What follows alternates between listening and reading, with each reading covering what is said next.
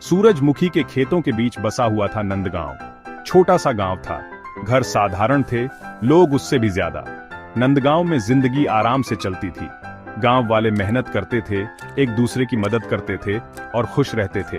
गांव में एक कुआं था, खेतों के लिए पानी इसी से आता था। हर सुबह गांव वाले वहां इकट्ठा होते थे, कहानियां और हंसी मजाक करते थे।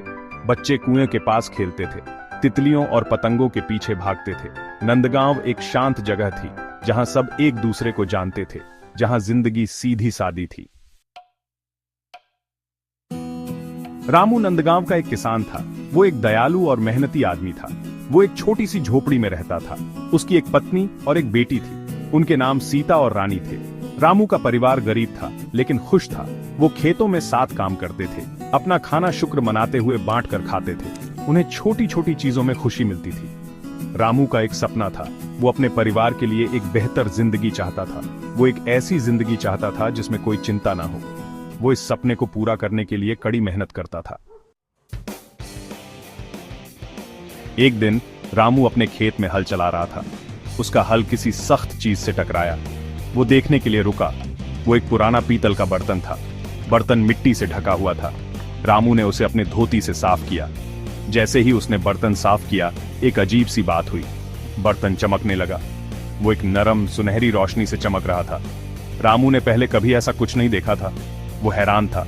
वो बर्तन को घर ले गया। उसने उसे अपनी पत्नी और बेटी को दिखाया। वो भी उतनी ही हैरान थीं जितना वो था। बर्तन का आकार तो साधारण था, लेकिन उसकी चमक असाधारण थी। ये जादू जैसा था।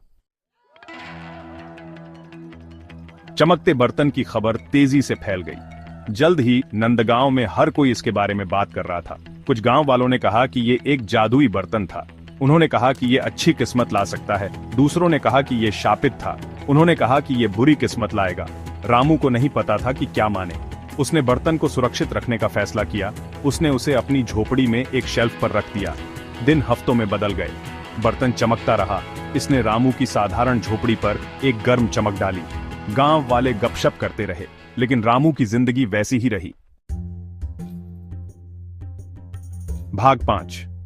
बेटी का प्यार। रानी एक जिज्ञासु लड़की थी। वो अक्सर बर्तन को देखती थी। वो उसके रहस्यों के बारे में सोचती थी।